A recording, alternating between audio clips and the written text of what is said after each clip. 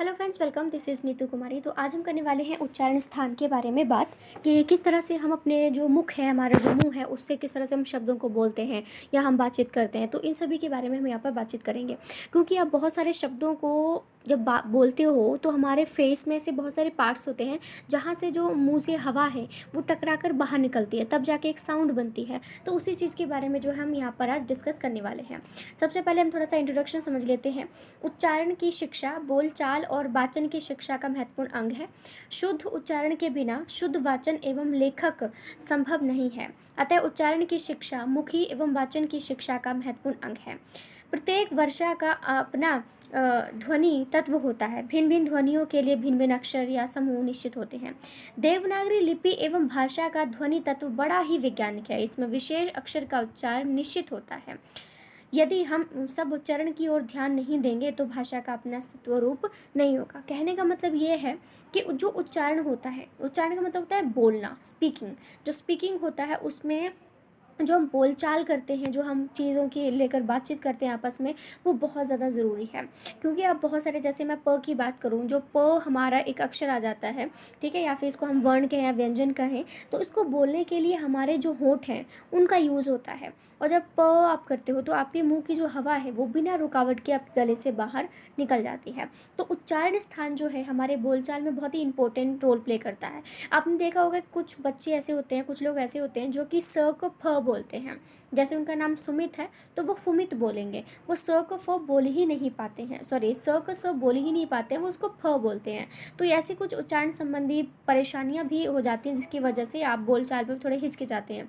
अब देखो, कोई बच्चा है जो कि कुछ थॉट आपके सामने रखना चाहता है लेकिन वो हकला के बोलता है या रुक रुक के बोलता है, तो कहीं ना कहीं बोलने से पहले इसको थोड़ा संकोच होगा कि मैं बोलूँ कि ना बोलूँ, लोग मेरे बारे में हंसेंगे, मुझे मेरे बारे में क्या सोचेंगे। तो ये सब चीज़ें जो हमारी इसमें आ जाती हैं, इसको हम उच्चारण की दृष्टि से देखेंगे। अब हम अर्थ की बात करें तो किसी भी भाषा के शब्दों, अक्षरों और वाक्यों को बोलना उच्चारण कहलाता है। जैसे मैंने बोला, आप चाहे कोई शब्द बोल रहे हो, चाहे कोई अक्षर बोल रहे हो, चाहे आप कोई सेंटेंस बोल रहे हो, वाक्य बोल रहे हो, ठीक है, उस सभी को उच्चारण कहते हैं। मुख में सभी वर्णों और स्वरों को बोलने के लिए उचित स्थान होता है जिसे उच्चारण स्थान कहते हैं। यानी कि आपको पता है हमारे स्वर कौन से होते हैं, व्यंजन कौन से होते हैं, तो इनको बोलने में हमारे मुख से जो हवा निकलती है या जिन हमारे मुंह के हिस्सों से टकरा कर एक साउंड बनती है, तो उसको उच्चारण स्थान कहा जाता है।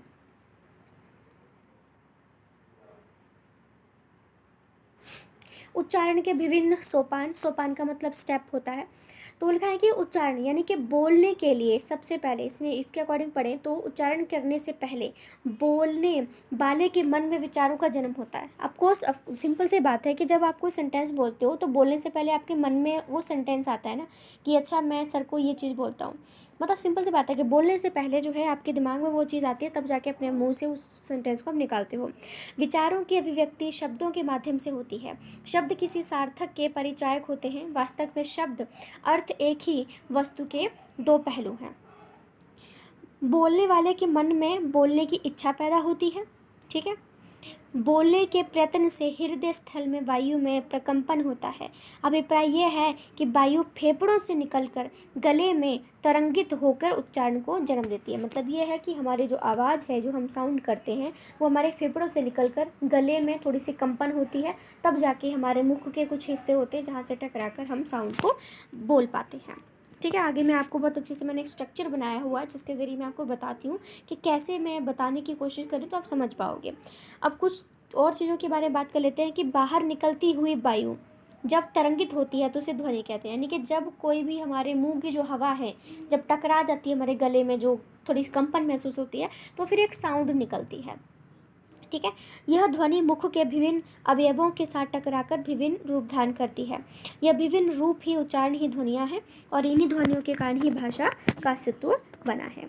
ध्वनि स्वर यंत्र से बाहर निकलती है और ये प्रक्रिया 3 प्रकार से होती है। पहली, स्वरों के उच्चारित करने के प्रयास में मुख का रूप बदलता है। व्यंजनों को उच्चारित करते समय जीव जो है पोष्टदांत तथा तालु का प्रयोग करता होता है इसमें, ठीक है। और तीसरा है स्वर्ग की प्रभावपूर्णता के लिए कंपन यंत्रों का प्रयोग। उच्चारण स्थान का वर्गीकरण की बात करें तो ये एक लिस्ट है जो कि मोस्ट इम्पोर्टेंट है, क्योंकि अगर आप इसको समझ लोगे तो इतनी देर से जो बताने की कोशिश करूँ उसको बहुत ही अच्छे से आपके दिमाग में वो याद हो जाएगा। समझ तो आ रहा होगा लेकिन आपको वो चीज़ साथ साथ में याद भी हो जाएगी। सबसे पहले है कंठ, तालु, मूर्धा, दंत, ओष्ठ, नासिका, कंठ तालु, ठीक है, कंठोत्स्य और दंतोत्स्य। ठीक है, इनको मैं आप ये लिस्ट को याद भी कर सकते हैं, बाकी मैं इनको एक एक करके आगे आपको डिफाइन करती हूँ तो अच्छे से समझ में आएगा। ठीक है, तो यहाँ पर एक स्ट्रक्चर बनाया हुआ है जिसमें आपको ये सब हर जो जगह है उसको लिखा हुआ है। जैसे लास्ट में हमारा कंठ लिखा हुआ है, कंठ मतलब हमारा जो गला होता है, यहाँ से कुछ हम शब्द बोलते हैं, कुछ हमारे तालु, हमारे बीच में जो हमारे जीभ के ऊपर नीचे का जो हिस्सा होता है उसको तालु बोलते हैं। मूर्धा जो होता है वो हमारे ऊपर का थोड़ा सा आगे वाला हिस्सा होता है। ठीक है, जीवा, जीवा मतलब जीभ से भी हम बहुत सारे शब्द बोलते हैं, जैसे दांत बोलेंगे तो दांत में जीभ का यूज़ बहुत फेमस होता है। और कुछ शब्द होते हैं जो कि हम दांत से ही बोलते हैं। आगे लिस्ट बनाई है ओष्ठ, ओष्ठ का मतलब होता है होंठ। बहुत सारे शब्द होते हैं जिनको हम होंठों के इस्तेमाल से बोलते हैं, जैसे प, फ, ब, भ, म। आप देखो आपका जो है होंठ दोनों ही यूज़ करके जो है इसका बन रहा है।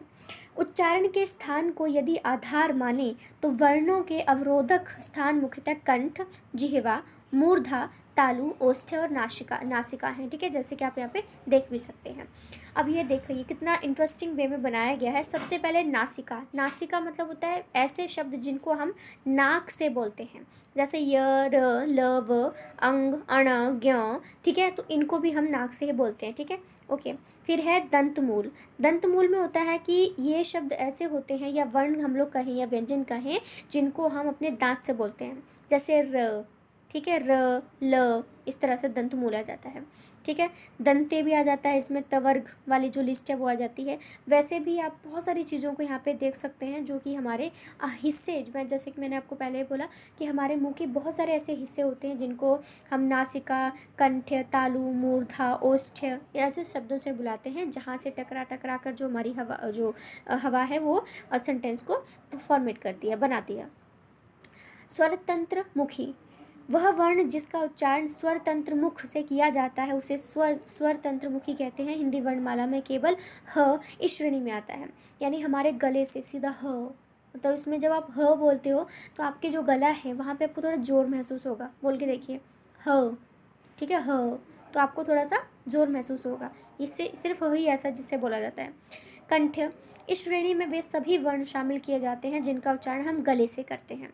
ठीक है, जैसे क, ख, ग, घ, ये चार आपने सुने ना, इनको हम अपने गले से ही बोलते हैं और इसमें जीभ का इस्तेमाल भी नहीं होता, दांत का इस्तेमाल भी नहीं होता है, होठों का इस्तेमाल भी नहीं होता। सीधा क्या होता है, क, ख, ग, बस सीधा अपना क जो गला है उसी का यूज़ हो रहा है, जैसे कि यहाँ पे लिखा हुआ भी है। लास्ट में यहाँ पर अड़ भी लिखा है, वो भी आप वैसे अड़ में तो हमारी जीभ का इस्तेमाल हो रहा है तो इसको यहाँ पे मत लिखिएगा, गलती से ये टाइप हो चुका है। फिर है तालव्य, तालव्य है कि इसमें हम अपने तालु से बोलते हैं। ठीक है, ऐसे शब्द जिनको हम अपने तालु से बोलते हैं, जैसे कि ई भी आ जाता है अपना। ठीक है, उसमें च, छ, ज, झ, य, श, ज्ञ, ये सब जो होते हैं हमारे तालु से बोलने वाले शब्दों की लिस्ट आती है। उसके बाद हमारे पास आता है मूर्धन्य, जिन वर्णों का उच्चारण जो है मूर्धा से होता है उसे मूर्धन्य कहते हैं। जैसे कि मैं इनकी लिस्ट के नाम बताऊं, अपना ऋषि, ऋषि जो होता है ना वो हमारे मूर्धन्य से यानी कि मूर्धा से इनको बोला जाता है। बाकी ट, ठ, ड, ढ, ण, र, श, ये सब जो होते हैं ना हमारे मूर्धा से बोले जाने वाले शब्द होते हैं। ओष्ठ है, ओष्ठ का मतलब होता है होंठ, होंठों से बोले जाने वाले कौन कौन से शब्द होते हैं, इसमें हमारा ऊ। ठीक है, आप अपने बोल के देखो तभी आपको याद होगा कि ये जब ऊ और ऊ बोलते हो तो इसमें किस तरह से आपके होंठों का इस्तेमाल जो है वो हो रहा होता है। इसके बाद जैसे कि मैं आपको पहले ही बता चुकी हूँ, प, फ, ब, भ, म, ये भी हमारे होंठों से बोले जाने वाले शब्द हैं। दंत्य, दंत्य मतलब दांत, ऐसे शब्द ऐसे वर्ण जिनका इस्तेमाल जो है हम अपने दांतों से करते हैं, दांतों का यूज़ करते हैं इनको बोलने में। ठीक है, उसके बाद नेक्स्ट हमारा आता है ठीक है, वत्सर्य, वत्सर्य जिन वर्णों का उच्चारण वत्सर्य यानी के मसूड़े से होता है उसको हम वत्सर्य बोलते हैं। ठीक है, जैसे र, स, अपना ल भी आ जाता है इसमें। कंठ तालव्य क्या होता है, कंठ तालव्य जिसमें हमारा गला हमारा कंठ और हमारा तालु, इन दोनों को यूज़ करके जो बोले जाते हैं उनको कहा जाता है। जैसे ए और ए, इसमें गले का भी यूज़ हो रहा है और हमारे तालु का भी यूज़ हो रहा है। कंठो कंठोष्ठ्य, कंठोष्ठ्य मतलब होता है इसमें हमारा कंठ यानी कि गला और होंठ दोनों का इस्तेमाल होता है बोलने के लिए। जैसे ओ में हमारा जो है होंठ भी ऊपर नीचे हो रहे हैं और गले से भी सीधी आवाज़ जा रही है, तो ओ और आओ दोनों ही ऐसे शब्दों की लिस्ट है। उसके बाद है हमारा दंतोष्ठ्य। दंतोष्ठ्य मतलब होता है दांत और होंठ दोनों से बोलने जाने वाले जो शब्द होते हैं उनको दंतोष्ठ्य कहते हैं। जैसे अपना ब जो होता है उसमें हम क्या करते हैं ब, ठीक है, तो इसमें हमारा जो है वो दांत का यूज़ भी हो रहा है। अनुनासिक नासिक्य, इसमें होता है कि हम अपनी जो जीभ होती है और जो हाँ हमारी जो नाक होती है और जो हमारा मुंह होता है उसका इस्तेमाल करके जो है इसको बोला जाता है। जैसे कि ञ न स म, यानी कि इनको जब आप बोलते हो तो आपको कहते हैं नाक से साउंड आती है, ये बहुत ज़रूरी है आपके लिए।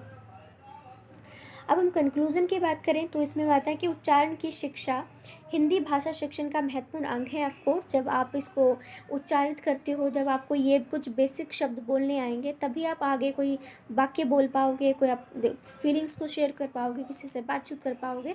तो एक जो उच्चारण होता है, अगर वही आपका प्रोनाउंसिएशन जिसको बोले हम लोग, ठीक है, उच्चारण बोलें तो बहुत ही अच्छे से आपको ये चीज़ समझ में आ जाएगी। तो अगर सेशन अच्छा लगा हो, मटेरियल अच्छा लगा हो तो वीडियो को लाइक शेयर सब्सक्राइब अगर आपका मन करे तो आप कर सकते हैं।